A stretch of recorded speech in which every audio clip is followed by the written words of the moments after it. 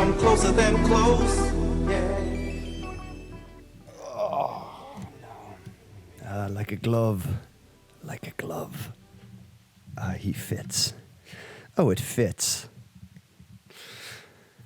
Hello, everyone. Hello. Hold on, let me just adjust myself. Hello, everyone. Welcome back to the Pear Pod. Now, first things first.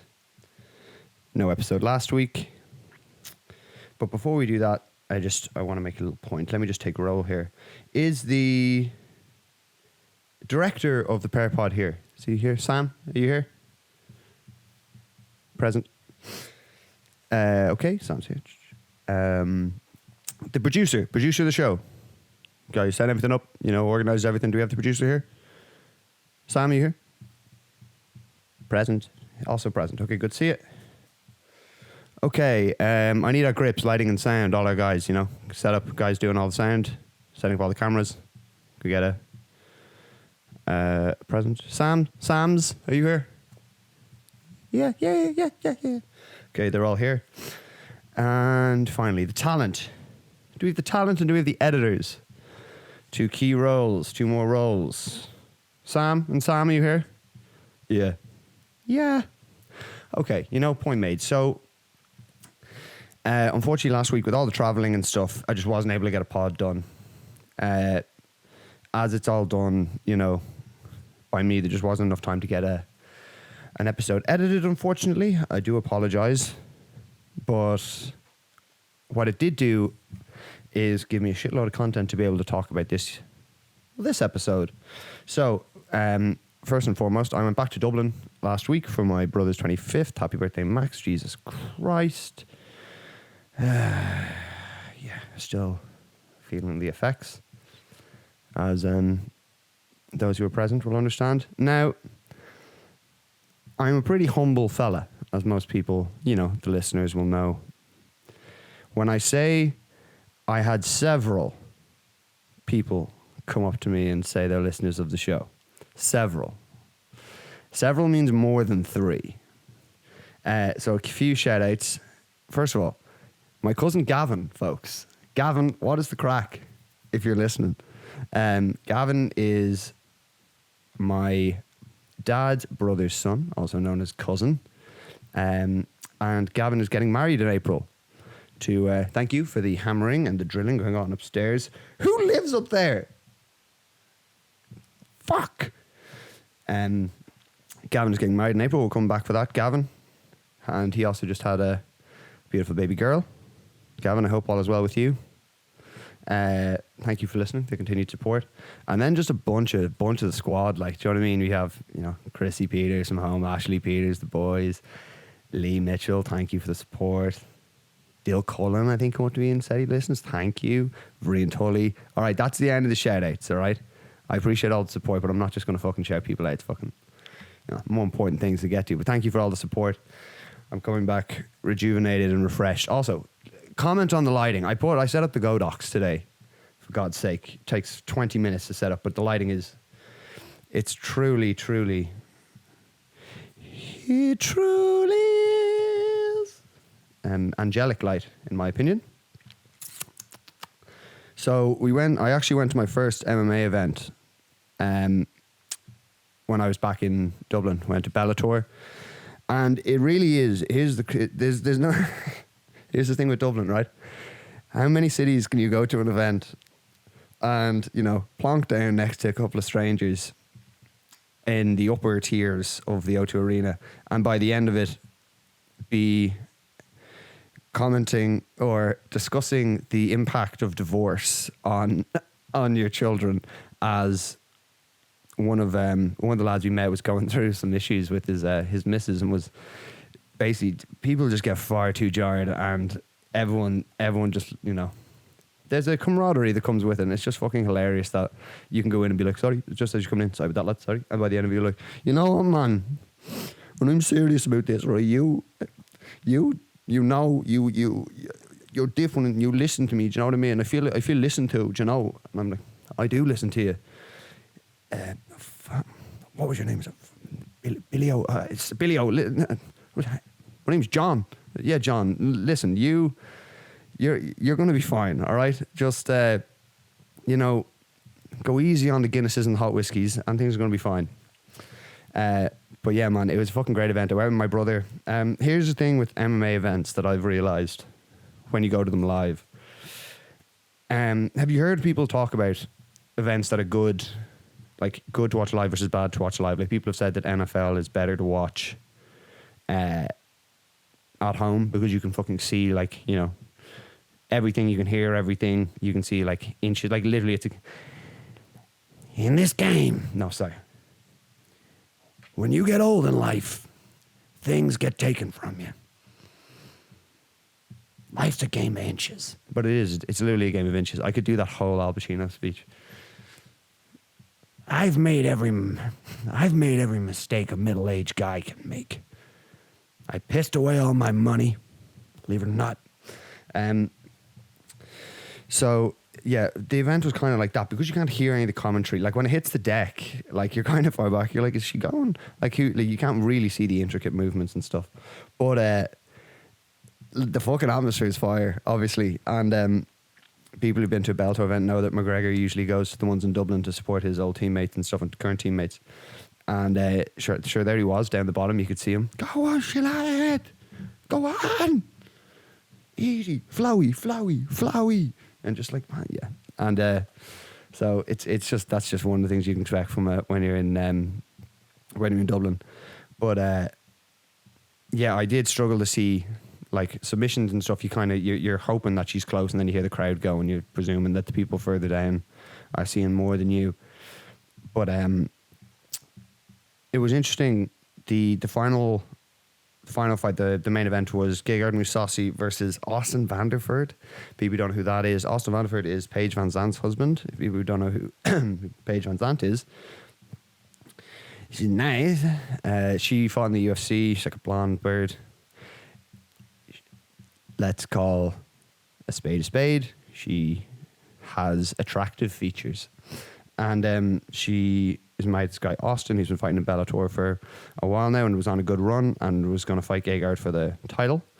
Gegard comes out to Sweet Caroline, which, like, there's certain tunes when you're at an event, like when you're, especially if you're Irish, when, like, it's almost, if you hear, dun, dun, where it begins. All right, everyone up, fuck's sake. Even if I'm covered in vomit and sick and pints, you just hear, dun, dun, where, all right, I'm up then. Okay, up we go, boys. Oh, it's just a respect thing. So, like, fair play to Mousasi coming into that, man. That's. But that I know it's growing strong, and it's just such a great fucking tune to walk out to. Hands, and then obviously you're grabbing your boys and touching hands, to fucking hands up, and everyone's fucking rallied out their tits, touching me. Not one fucking bird in sight. Not a successful marriage between the 30,000 lads there. Sweet Caroline, fuck my kids. I love going to the scraps. Yeah, man. So yeah, Gegard won by knockout. Love it. That was the only real fight you could actually see the knockout because it was standing for a while. There was a fight with Sinead Kavanagh and Leo McCourt, which was the one under that, just two Dublin ladies, and you just couldn't see enough. And apparently it was a war on the ground. You just couldn't see shit. And touching hands, kissing me. Can I have another pint? And then we went out. So, like, the first, I shouldn't have gone out on the Friday, man, but I also should have because it was Bellator. But I gave it everything on the Friday, and I don't really drink now. So, over in Spain, or where I live here, like, I don't really drink. I may partake in the odd relaxing substances, legal relaxing substances. But drinking-wise, we don't do a lot of it. And so, the Friday, man, you go in hot. Yeah, you got to go in with a positive attitude. And I went in, I was like, I'm just going to fucking crack at it. Oh, and I mixed too many drinks. When you're in the O2, like, you're paying, fucking 80 quid for 4 pints. And you're just hoovering them down, and then there's lads kicking them around behind you, throwing pints. And by the end of it, you're on the way out. You've had, 5 gin and tonics before, 6 pints in there. You're dry as a bone. And then on the way out, me and Max are like looking for a taxi. It's just a war zone for taxis out there, and you're hoping you picked one up, or you get one in the app. And we hopped in one, and then these lads just hopped in with us, gave us 20 quid, and were abusing people out of the taxi. Ollie, what's your name, bro? Nice to meet you. Nice to meet you. Nice to meet you. We're only going up to Camden, please, bro. And so we fucking let them in, drop it. Lads who open the window and they'll like, this is the kind of crack, right? Open the window. Excuse me. Yes? Fuck you. And then, drive off. And then, if here's where my head goes. He says, fuck you. If I'm on the street, maybe actually, no, not me. If someone's on the street who's fucking, if you're locked and you're leery enough and some lad just drives past and goes, fuck you. And then like the actual car can't drive off because, it's bumper to bumper traffic. The chances are someone's going to come over and say, what'd you say to me? And then like, they're out of the car. I'm not getting out of the car, So, where it began, and it began to knowing, but that I know it's growing strong. Nice. Okay, this is going to be very heavy. Well, actually, no. So, yeah, hanging off my face on the Friday or on the Saturday morning, woke up, had a shoot with PDPT.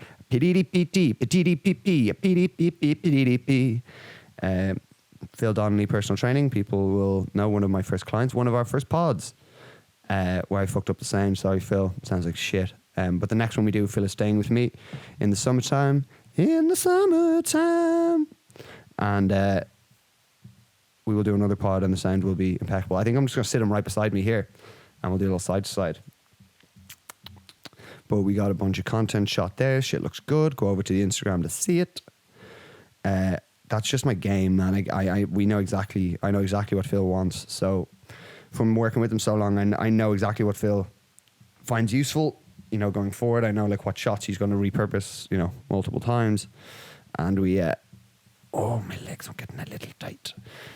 So we got a lovely bunch of stuff. And then we were out again this Saturday. And the second one's just too hard, man. It's just too hard. But I went in, met the whole squad,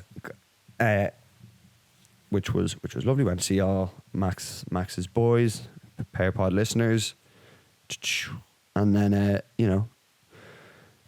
stop back to the gaff. Yeah, I just those who know the boys or Max's crowd. Some of the latest partiers I know with stamina. Like show me one. It's the most. There's a camaraderie and a brotherhood. That is unrivaled in other groups that I've seen, and two, just the sheer love of being around other people and socializing is amazing. And for a hermit like myself, it's admirable and it's good to be out in those circles now and again. But the hangover, God, fuck. Like, still not right. Do you know what I mean? Today, still not right. Getting there, but like the flights and shit fucked me as well.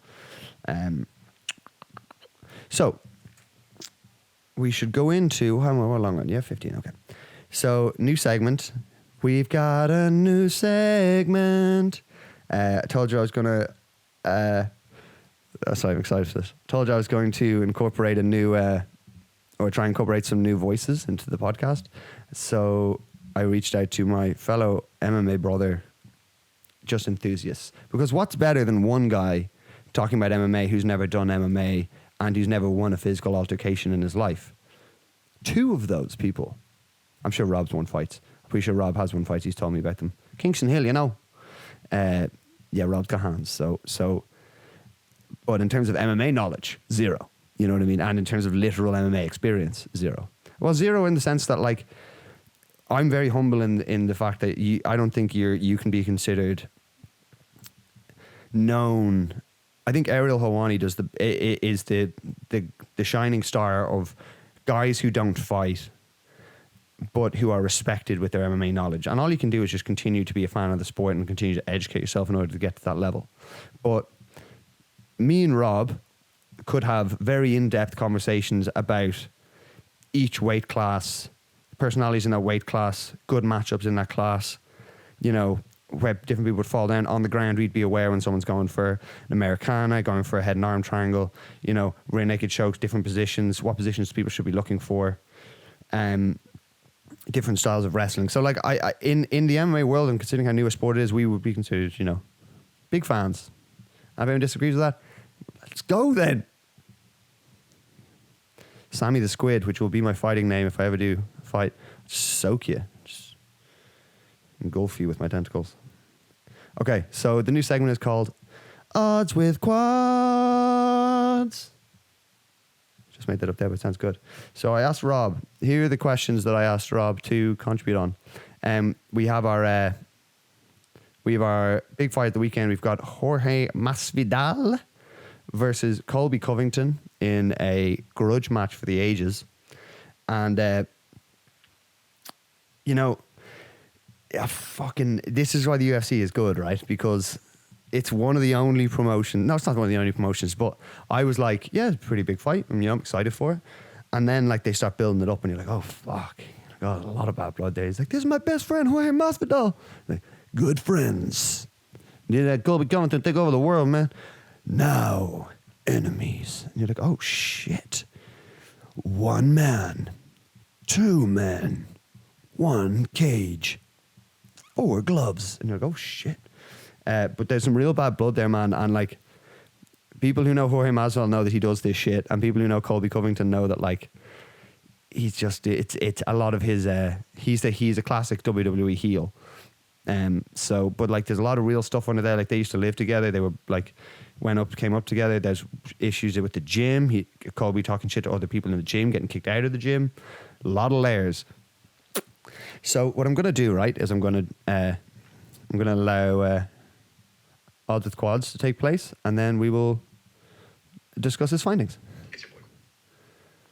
Welcome to the Odds with Quads. It's your boy Quads. We're going to take a look at UFC 272, and I will give you my picks. Shout out to all the regular Pear Posse listeners, and yeah, let's jump straight into it. So first off the bat, we have a big heavyweight fight with Sergey Spivak and Greg Hardy. I'm going to go Sergey Spivak by submission. Greg Hardy's on a 3-fight losing streak, 1 more, and he is gone. Next up, we have a welterweight fight. Kevin Holland, Alex Cowboy Oliveira. I'm going to go Kevin Holland. He's dropped down to welterweight for this one. Be interesting to see how he goes. Again, I'm going Kevin Holland by decision. He's got good boxing, good wrestling, and all around, he's very well balanced. Then we move on to a featherweight bout of Edson Barbosa and Bryce Mitchell.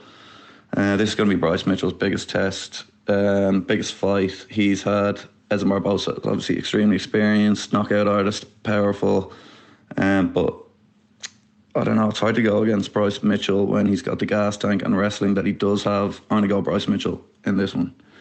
And it's going to be, I'm going to go decision Bryce Mitchell. Then we're going on to the co-main event, Dos Anjos and Renato Moicano. I will go with Dos Anjos on this one. I think he's going to finish him in the... This has actually been cancelled this way. I think I'd say it'll be... Yeah, he got COVID, I think. I'm going to go third round. Dos Anjos finish. This is mainly down to it's catchweight fight. Moicano, I don't know, has he been in a fight camp? I've read recently he was in Brazil with his family on holiday. He's coming in on 5 days notice. Research, boys. I would have liked to have seen Makhachev in there. Take this as a late notice fight. He's obviously just fought last weekend. I don't think Makhachev should be near a title shot right now. I wanted him to fight Dos Anjos. Probably would have beat Dos Anjos, but yeah, Moicano got the gig. I'm going to go Dos Anjos, round 3, TKO.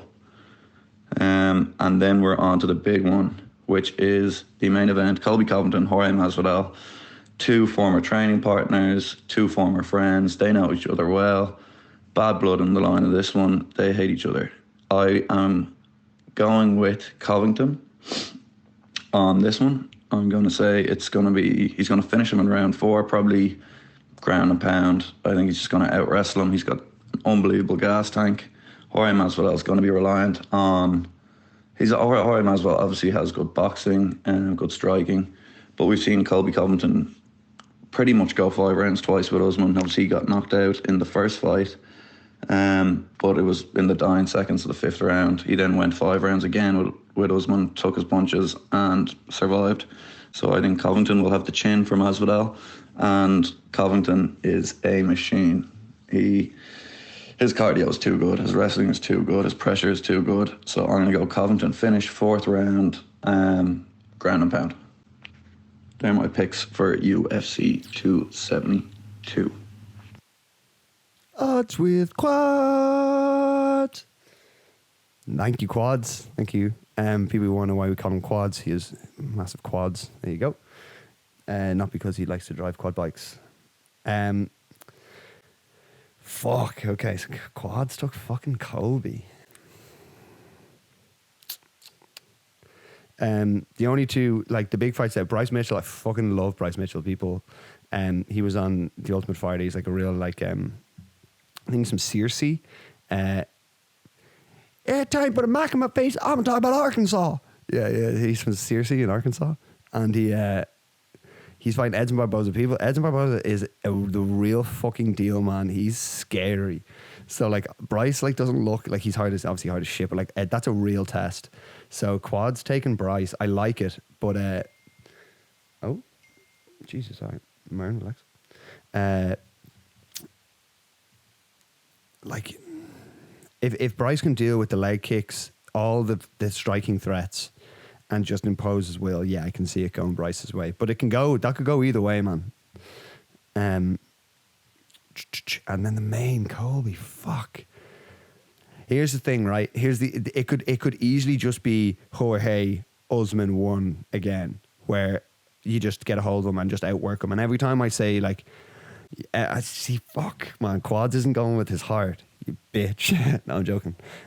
Because, like, so many times me and Quads be like, you never know though, that threat. Or, like, even if he's fighting, like when he was fighting Robbie Lawler, I was like, Robbie though, he can land that big one. But, like, 5 rounds domination. Tyron Woodley, he fought Tyron Woodley. I was like, Tyron can land that big one. No, he's got that knockout power. And then just no, you're fucked. And then he went 5 with Usman twice. And, like, second fight, I think Usman won. People can argue that Colby won. And Jorge got finished by Usman. But the difference between, you can't really compare all those fights, because, like, the difference with Colby being able to threaten the takedown and Jorge wasn't able to do that. So it was just, Usman was so confident to just be able to just strike. Okay, I'm taking Jorge. I'm taking the boy, and I'm taking him by KO. Come on then, it's your boy, 3 pieces and a soda. And a soda. Yeah, I'm taking fucking Jorge. Purely because it's the end of an era. If he doesn't win, he probably won't get back towards the title again. It'll be like big money fights or like McGregor's and stuff like that. Yeah, so I'm gonna take Jorge. Jorge by KO.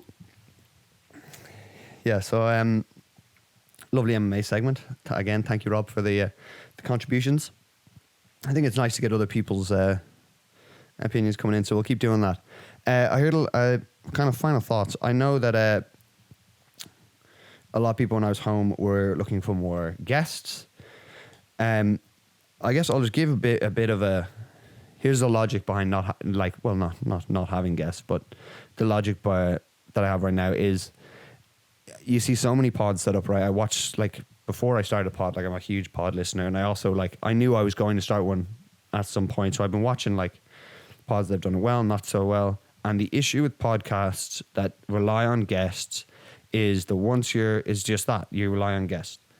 And if I, like, one, I have to constantly keep upping I need to keep constantly bringing in, like, better guests to continue to try and, get the growth and continue to try and, like, you need a booker, really, if you're going to do that. And you need a studio. You don't need my, second bedroom where, like, we work out and all that shit, So if I do consistent pods by myself and I build an audience myself, then like when the interviews come, I'll take that opportunity and jump in like I did with Lipsetti.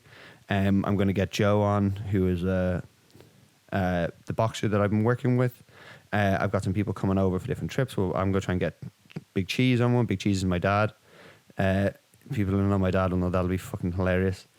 And then we're going to get Phil back on when he comes over to stay, try and get some more people when they come over. And so yeah, I think that's all. I think they're all good ideas. But in the meantime, like I'm going to keep pods coming consistently with me either way, and then throw in the guest when I think there's one that makes sense. And I think that's the smartest way to do it. Now, do we have any other pressing news? It's getting warmer here. How sad is that? We're going back to weather. But it is getting warmer here. When I came back, Jesus, Ireland was cold. But just now, I've noticed a little switch. It's starting to get up to like 21, 22 during the day, and we like that. We like it hot. So, yeah, I'll apologise again for the delay last week. We're coming back with week on week now. Apologies to the people that missed out and missed my velvety voice on the airwaves.